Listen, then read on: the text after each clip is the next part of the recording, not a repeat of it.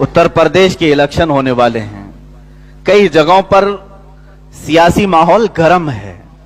मेरे अजीजों, मुझे सीट कुर्सी से कोई मतलब नहीं, लेकिन मैं ये देखता हूं यहां सारी जात, सारी बिरादरियां अपना अपना गठबंधन बना रही हैं। मैंने देखा कि मुसलमान इसमें कहां हैं। तकरीबन ये वो स्टेट है जहां पर दूसरी बड़ी बिरादरी मुसलमानों की है, दूसरी बड़ी बिरादरी, और छोटी सी छोटी बिरादरियां जिनका ताल्लुक 3% है, 5% है, उनका अपना एक लीडर है और वो साजबाज कर रहा है बड़ी बड़ी पार्टियों के साथ कि इतने सीट हमें दे दो तो हम तुम्हारे साथ गठबंधन करेंगे। मरकजी हुकूमत पर कायम पार्टी, रूलिंग पार्टी के साथ बिहार के स्टेट में 3% रखने वाली तादाद का एक लीडर सीटों के लिए ये साजबाज कर रहा है। पूरे स्टेट में देखा, कहीं कोई ऐसी हमारी क़ियादत नजर नहीं आ रही जो बनाम मुसलमान बात कर सके। देखा हर पार्टी में ये टुकड़े टुकड़े मौजूद हैं, हर पार्टी में। बीजेपी में भी यही झंडे लहरा रहे हैं, कांग्रेस में ये झंडे लहरा रहे हैं, वहां जितनी लोकल पार्टियां सब में मुसलमान मौजूद हैं। होता यही है मेरे अजीजों, मैंने कहा जो शेर, मुत्तहिद होगे तो कहलाओगे मोमिन व गाजी, मुंतशिर होगे तो कस्तों में सफाया होगा। आज हर कोई तुम्हारा इस्तेहसाल कर रहा है। मेरी ये बातें इन्हें चुभेंगी, ये चाहते हैं डिवाइड एंड रोल। और अगर मैं मुसलमानों को मुत्तहिद करने की बात करूं तो कल का ये मीडिया मुझे ये पेश करेगा ये भड़काऊ भाषण देने वाला मौलाना है। हम अगर यूनिटी की बात करें, इत्तेहाद की बात करें, तो डर इनको है कि पूरे मुसलमान मुत्तहिद हो जाएं तो फिर हमें इनकी बात माननी पड़ेगी, इनके मुतालबे सुनने पड़ेंगे। इसलिए इनको हर पार्टी में टुकड़े टुकड़े करके रखो।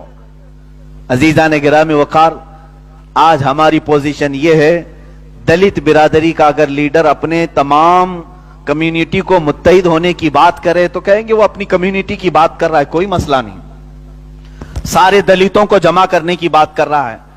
ब्राह्मण अपने स्टेज से कहे, ठाकुर अपने स्टेज से कहे कि सारे ठाकुर जमा हो जाओ एक ही झंडे के नीचे, तो लोग उससे कहेंगे वो अपनी कम्युनिटी को जमा कर रहा है। अफसोस यहां है, अगर मुसलमान ये कह दे कि सारे मुसलमान जमा हो जाओ तो कहेंगे भड़काऊ भाषण है, सबको जमा करके ये जिहाद का ऐलान करना चाह रहे हैं।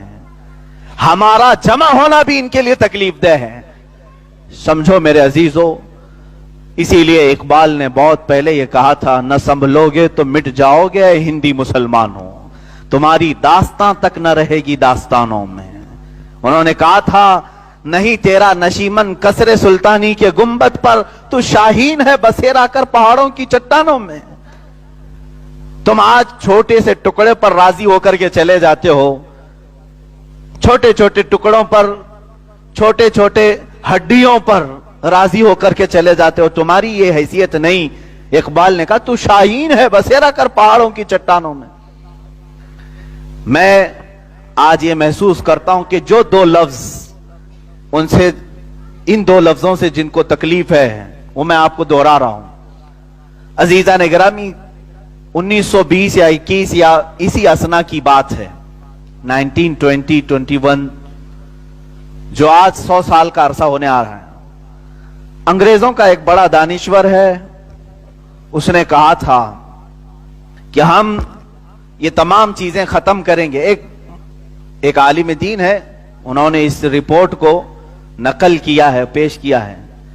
उसके साथ जो उनकी गुफ्तगू हुई वो कहते हैं, तुमने तो खिलाफत तुर्की की ये सब खत्म किया, जिसको ओथमान एम्पायर कहा जाता है, उस्मान एम्पायर, ये खत्म कर दिया।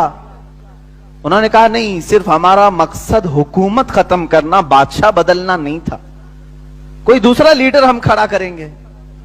जब वो तुर्की में मुस्तफा कमाल बादशाह को खड़ा कर रहे थे तो उनसे पूछा गया कि आपने तो बादशाहत को खत्म कर दिया, सुल्तान जो खिलाफत उस्मानिया का था उसे मार खत्म कर दिया, जिलावतन कर दिया, फिर दूसरे मुसलमान को ही बिठा रहे हो, क्या फायदा। उन्होंने कहा हमको मतला मुसलमानों से नहीं, हम बिठाएंगे किसी मुसलमान को ही, उसको जिसके मुंह में हमारी जुबान होगी। हमें जो टेंशन है वो दो लफ्ज हैं, ये तारीख से मिट जाएं इनके, और इसी से आज तक हम हारते रहे हैं। कितने सालों से? 1300 साल से हम हारते रहे, यही दो लफ्ज इनके अंदर मौजूद थे। बड़े पते की बात है। उन्होंने पूछा वो कौन से दो लफ्ज हैं? कहा एक खिलाफत है और दूसरा जिहाद है।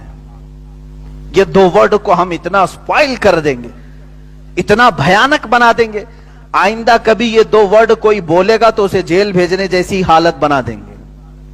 आज यही है, जिहाद का लफ्ज इस्तेमाल करो तो ये कहेंगे आतंकवादी है, खिलाफत का लफ्ज इस्तेमाल करो तो ये कहेंगे ये भड़काऊ है, खिलाफत कायम करना चाह रहा है, शरिया रौल कायम करना चाह रहा है, ये प्रोपेगेंडा फैला देंगे। ये मेरे अजीजों पिछले 100 साल से चल रहा है। और मुसलमान कंट्रीज जो हैं, मैं तो हिंदुस्तान में हूं, यह सबका मुल्क है, सारे लोग यहां पर हैं, मैं उन मुसलमानों के मुल्कों की बात कर रहा हूं, वहां पर भी खिलाफत की बात करने पर मुसलमानों को जेल में भेजा जाता है। हां, कोई करके दिखा दे। सऊदी अरब में अगर कोई कह दिया कि खिलाफत इस्लामिया जैसी थी वैसे होनी चाहिए, उसे जेल भेज दिया जाएगा ना, बादशाहत चलेगी, एक ही खानदान रोलिंग करेगा, दूसरे का किसी का हक नहीं होगा। जबकि खिलाफत ऐसी नहीं, अगर खिलाफत होना था ऐसे ही, हुजूर अकरम सल्लल्लाहु ताला अलैहि वसल्लम अपनी जिंदगी में अपने खानदान वाले को जानशीन बना देते। उम्मत के ऊपर छोड़ा, उम्मत ने हजरत अबू बकर सिद्दीक को चुना। हजरत अबू बकर सिद्दीक के उस वक्त 3 बेटे मौजूद थे, वो खलीफा इस्लाम अपने बेटों को जानशीन बना देता, जैसे सज्जादा नशीन चलते हैं। पीर साहब के बाद बेटा तख्त पर बैठता है, आज भी ये निजाम है दरगाहों का। हजरत अबू बकर सिद्दीक का कोई बेटा सज्जादा नशीन नहीं बना, बल्कि हजरत उमर फारूक रज़ियल्लाहु ताला अन्हु, आपके यहां खिलाफत आई। हजरत उमर जब आखिरी वक्त में थे, उनके बेटे हजरत अब्दुल्ला इब्ने उमर रज़ियल्लाहु ताला अन्हु सहाबी रसूल हैं और जलीलुल कद्र सहाबी हैं, जिनसे कसीर हदीसें मरवी हैं।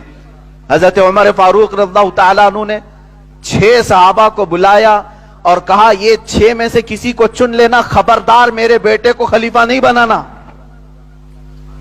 ये इस्लाम नहीं है, यहां पर विरासत में खिलाफत नहीं चलती, विरासत में ये जानशीनी नहीं है, बल्कि उम्मत में जो सबसे ज्यादा परहेजगार है वो हमारा कायद है, जो सबसे ज्यादा मुत्तकी है वो हमारा रहनुमा है। उम्मत ने इसी तरह रखा। सैयदना उस्मान गनी रज़ियल्लाहु ताला अन्हु के बाद हजरत उस्मान रज़ियल्लाहु ताला अन्हु के भी खानदान वाले मौजूद थे। आपने अपने खानदान में से किसी को अपना खलीफा मुंतखब नहीं किया, बल्कि ये खिलाफत जैसे रसूल करीम सल्लल्लाहु ताला अलैहि वसल्लम छोड़ गए थे उम्मत के ऊपर, ऐसे ही हजरत उस्मान भी जाते वक्त उम्मत के हवाले कर गए, और सारी उम्मत ने उस शेर खुदा को चुना जिसकी क़ियादत में किसी को शक नहीं था।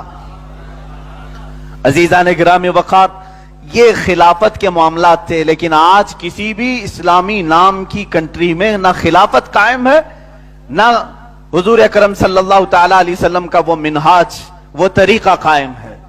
नाम के लिए ये जुब्बे कुब्बे पहन करके इस्लामी कहलाते हैं, लेकिन हकीकत में अंदर से